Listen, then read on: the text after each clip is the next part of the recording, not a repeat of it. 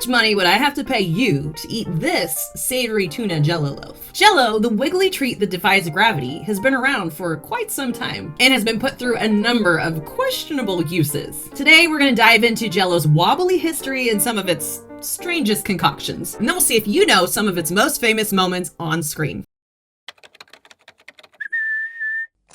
Hey friends, welcome back to Encyclopedia Ange, where I'm no expert, just endlessly curious about everything. Most of us have some kind of connection to Jello. For me, my family always had something called Jello pretzel salad at Thanksgiving. And the magical thing about Jello salad is that it's essentially a dessert, but because it has the word salad in it, you get to eat it with the main course. Our story begins in the mid-1800s with gelatin, gelatinous food derived from boiling animal bones, hooves, and skin.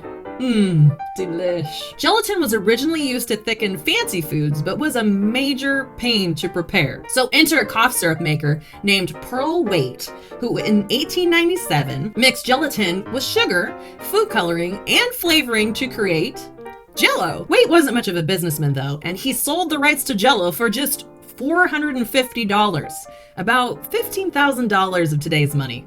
Oof. At first, the powdered product was not a success, but in 1902, the company placed advertisements in the Ladies' Home Journal proclaiming Jello to be America's most famous dessert. Jello became a minor success until 1904, when Jello sent out an army of salesmen to distribute a free Jello cookbook to households. One vintage ad says, "Jello is so delicious and refreshing, so full of nutriment, so pure and wholesome, so economical, and so easily prepared." I think maybe one of those facts might be accurate, but they sure know how to market a product. Luckily for them, nutrition facts and ingredient labeling wasn't required on packages yet, so no one knew any difference. The thing Jello had going for it was cheap, shelf stable, and once you poured it over food, that food kept a lot longer. Once there was food shortages and war rationing during the 30s and early 40s, Jello provided a way to stretch your dollar further. Jello came up with savory flavors like tomato, celery, mixed vegetable, and